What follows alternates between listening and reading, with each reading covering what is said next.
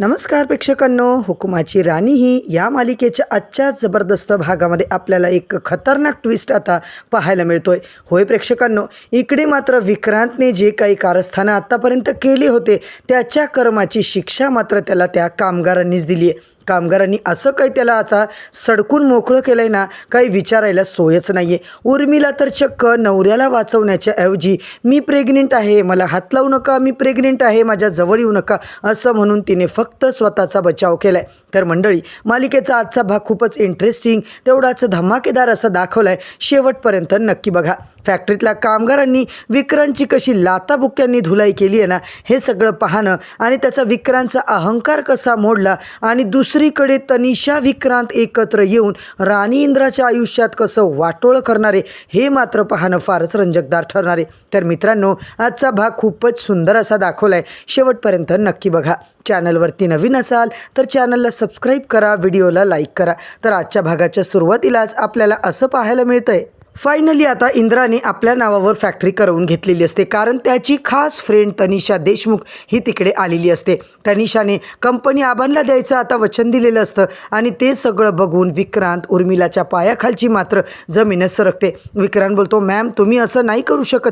तनिषा बोलतो, excuse me तुझ्याकडून company विकत घेतली आहे, तू मला नाही सांगायचं की मी काय करायचं आणि काय नाही आणि कुणाला कंपनी चालवायला द्यायची. माझं मी डिसिजन घेऊ शकते, कुणालाही मी माझं काही देईल, त्याला तू आता मध्ये बोलणार नाही आहे. तू तुझं फक्त काम कर ना गपचूप, तेव्हा तुला पैसे मिळाले ना. आता मात्र इंद्रा विक्रांतला बोलायला लागतो, विक्रांत कसं आहे ना, माणूस इकडे आता खऱ्याच्या मार्गावर जेव्हा चालतो ना, देवसुद्धा त्याचं चांगलंच करायला पाहतो. माझ्यासोबत तेच झालं आहे. तू किती कारस्थानं केले, मला भिकारी बनवण्याचं स्वप्न तू बघितलं होतं ना, पण तुला ते जमलं का? नाही ना. शेवटी तू भिकारी झालास. अरे 15 करोडचा चेक आहे, पण आज झोपायला तुझ्याकडे घर नाही आहे. इंद्रा बोलतो, तनिषा तुला काय सांगू, आज मला इतका आनंद झालाय ना, बरोबर टाईमवर तू आली आणि सगळं आपलं काम झालंय. आता मात्र इकडे खरंच तुझ्या मनापासून मी आभार मानतोय. तेव्हा तनिषा बोलते, प्लीज इंद्रा काय बोलतोयस तू, आपण फ्रेंड आहोत ना, मग हे आता आभार वगैरे मानायचं आपल्यामध्ये नको बरं का.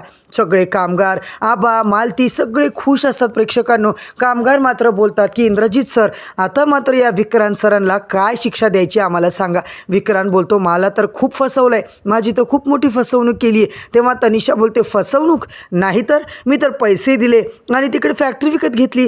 त्यानंतर प्रेक्षकांनो, विक्रांत उर्मिला मात्र आता तिकडून चेक घेऊन पळण्याच्या बेतात असतात आणि कामगार मात्र आता बोलतात की आत्ता तुम्ही कसे पळणार, तुम्हाला आम्ही अजिबात पळून जाऊ देणार नाहीये. सगळेच कामगार एक होतात, विक्रांत उर्मिलाचा पिच्छा करू लागतात. त्या विक्रांत आणि उर्मिलाने आत्तापर्यंत किती त्रास दिलाय सगळ्या कामगारांना, नको नको ते बोललंय आणि आता त्या कामगारांचा राग मात्र आता अनावर झालेला असतो, म्हणून त्याला मात्र धडा शिकवायचा असं म्हणून विक्रांतचा पिच्छा करतात. विक्रांतला लाथा बुक्क्याने प्रेक्षकांनो हाणलं जातं आणि विक्रांत बोलतो, हे बघा माझ्याकडे खूप पैसा आहे, प्लीज मला मारू नका, अजिबात माझ्याजवळ यायचं नाही आहे. तुम्हाला 10 पट पगार मी देतो, पण तुम्ही मला काहीही करायचं नाही आहे. आत्ताच्या आत्ता मी 10 कंपन्या विकत घेऊ शकतो, पण मला हात लावायचा नाही. कामगार मात्र अजिबात सांगत नाही आणि त्याचं काहीही न ऐकता त्याला मात्र चांगला चोपच देतात. इकडे तुमच्यासारखा मालक असण्यापेक्षा आम्हाला नोकरीच कुठं करायची नाही आहे, गरिबांनी उपाशी मेलेलं बरं, पण तुमच्यासारख्या मालकांच्या हाताला आम्हाला लागायचं नाही आहे. आम्हाला आता पैशाने विकत घ्यायला बघताय का, असं म्हणून सगळे कामगार विक्रांतवर इतका राग व्यक्त करतात, त्याला चांगला चोप देऊन मोकळं करतात. इंद्रा, आबा आता त्यांना समजावतात, बस त्याला आता मारू नका, त्याला आता त्याच्या कर्माची शिक्षा मिळणारच आहे. इकडे आम्हाला फक्त इंद्रजित सरच आम्हाला बॉस म्हणून हवे, असं कामगार जेव्हा बोलतात प्रेक्षकांनो, कामगारांनी विक्रांतला चांगलं चोपलेलं असतं.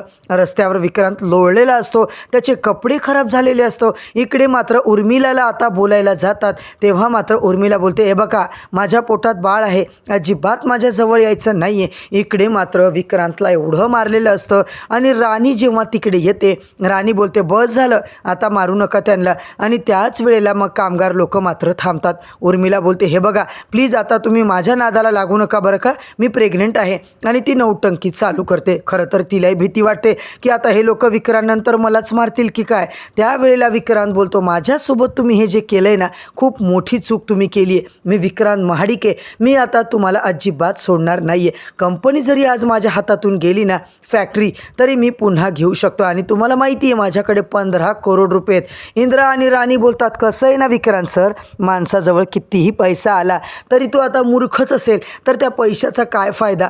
हो, चार लोक तुमच्या बाजूने उभे नाही आहेत आणि तुमच्यामध्ये चाराण्याची सुद्धा माणुसकी नाही आहे ना. आणि हे लोक कसे आहेत, वस्तीवाले विश्वासाच्या नात्यावर जगतात आणि तुम्ही त्यांना पैसे देताय तरी ते तुमच्या बाजूने आता कधीच राहणार नाही आहे. ते फक्त सत्याच्या मार्गावर चालणारे लोक आहेत आणि जो खऱ्या सत्याच्या मार्गावर चालतो ना विक्रांत सर, तो कधीच हरत नाही. एक ना एक दिवस परमेश्वर त्याला त्याच्या कर्माचं चांगलं फळ देतो. आणि आज बघा, तुमच्याकडे पैसा असून तुमची काय हालत झाली आहे बघा ना, तुमच्या स्वतःकडे बघा. तेव्हा मग आबासाहेबसुद्धा आता बोलायला लागतात की कसं आहे ना, कर्माची शिक्षा तर त्यांना मिळणारच आहे. चला, आता एक महत्त्वाचं काम आपल्याला करायचं आहे, ते म्हणजे आपल्या राणीचा गृहप्रवेश. तो अजून बाकीच होता ना, ते तर आपल्याला करावंच लागेल. इकडे मात्र असं बोलून सगळी फॅमिली घरी येते आणि विक्रांत उर्मिला मात्र हॉटेलमध्ये शिफ्ट होतात. अजिबात त्यांच्याकडे आता राहायला घरच नाही आहे, म्हणून त्यांना आता दुसरं ऑप्शन नाही आहे. त्यांनी आता स्वतःला हॉटेलमध्ये बुक करून रूममध्ये शिफ्ट केलेलं असतं. इकडे मात्र विक्रांतला इतकं लागलेलं असतं, उर्मिलाची बडबड काही संपत नाही. विक्रांत मात्र बोलतो, उर्मिला प्लीज माझ्यासाठी आईस पॅक सांग. आता मात्र तिला वाटतं विक्रांतला दारूच प्यायची आहे, म्हणून ती चक्क आलेला आईस आता एका बॉटलमध्ये जी दारू असते त्यात मिक्स करून आता त्याला प्यायला देते. इकडे मात्र विक्रांत बोलतो, अगं तुझं डोकं आहे की खोकं आहे, तुला अक्कल आहे का? मी दारू प्यायसाठी बर्फ मागवलेला नाही आहे, मला मार लागलाय, मला दुखतंय म्हणून बर्फाने शेकायसाठी बर्फ मागवलाय. एक नंबरची मूर्ख बाई आहेस तू, तर तुला साधी अक्कल नाही आहे. त्या हुकुमाच्या राणीपेक्षा ना तुलाच आता उडवायला पाहिजे होतं.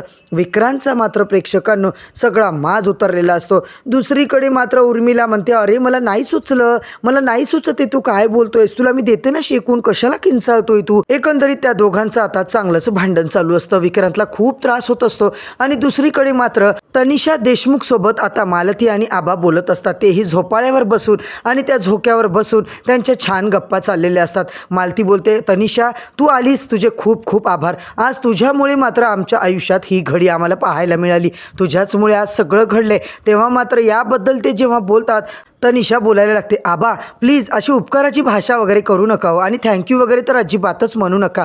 तेवढ्यात रत्ना काकी तिकडे येतात. मालती मात्र ओळख करून देते की असं आहे ना, मालती, अजित आणि रत्नाई, आबासाहेब, इंद्रा, राणी सगळ्यांसोबत आता तनिषाची चांगली ओळख झालेलीच असते. इकडे ती सांगते या इंद्राच्या काकू आहेत. तेव्हा आता मात्र इकडे ती बाई बोलायला लागते, म्हणजे तनिषा, अच्छा अच्छा, आता विक्रांत तुमचा मुलगा आहे होय. तेव्हा मात्र आता प्रेक्षकांनो रत्ना काकी बोलते, हो ग, तो माझाच मुलगा आहे, एक नंबरचा मूर्ख निघालाय. अजित सुद्धा आता बोलतो, हो ताई, त्याला काही दादाला आमच्या कळत नाही आहे ग, तो खूपच आता यांना वाईट साईड बोलत होता, देवाने त्याला त्याची शिक्षा दिली आहे. आता मात्र राणी, इंद्रा रूममध्ये जातात. राणीच्या गृहप्रवेशाची तयारी चालू असते, म्हणून इंद्राने राणीसाठी मस्त साडी आणलेली असते. राणीसाठी नवी कोडी साडी, नवकोर ब्लाऊज आता राणी ते घेते आणि तयार व्हायला जाते. साडी नेसून झाल्यानंतर ब्लाऊजचा बंध काही तिला बांधताच येत नाही आहे. प्रेक्षकांनो राणी बिचारी तरफडच असते. तेव्हा आता राणी बोलते, सर आता मला थोडीशी मदत हवी आहे. इंद्रा तिला बोलत असतो, अगं राणी झालं का तुझं, लवकर आवर, सगळे वाट बघताय तुझी, आवर लवकर लवकर. तर राणी बोलते, सर प्लीज आता मला ना बंद बांधायचं आहे, प्लीज मालती मॅडमला तुम्ही बोलता का? इंद्रा बोलतो, नाही ना, मी करतो ना तुला मदत. सर तुम्ही डोळे बंद करा तरच मी तुम्हाला रूममध्ये घेईल. इंद्रा बोलतो, कशाला दुसऱ्यांना बोलवायचं, मी आहे ना, मी येतो डोळे बंद करून, मी नवरा आहे ना तुझा. मग राणी मात्र त्याला आता डोळे बंद करून रूममध्ये यायची परमिशन देते. इकडे मात्र इंद्राने अशी काही ताणून लेस बांधली आहे प्रेक्षकांनो, चक्क राणी म्हणते, सर अहो काय करताय, बुटाची लेस बांधताय का तुम्ही, अहो ब्लाऊजची लेस आहे ना, थोडं तरी प्रेमाने. इकडे मात्र राणी ओरडते आणि इंद्रा मात्र आता नेक्स्ट टाईम परत ट्राय करतो आणि हळूच तिच्या अंगाला स्पर्श करतो. तेव्हा मात्र आता इंद्रा मुद्दामून डोळे उघडत नाहीये. राणी बोलते, सर काय करताय, लवकर लवकर करा. आणि असं काही आता त्या दोघांचं बोलणं असतं. राणी इंद्राकडे बघते, इंद्रा एकदम सुंदर हँडसम दिसत असतो.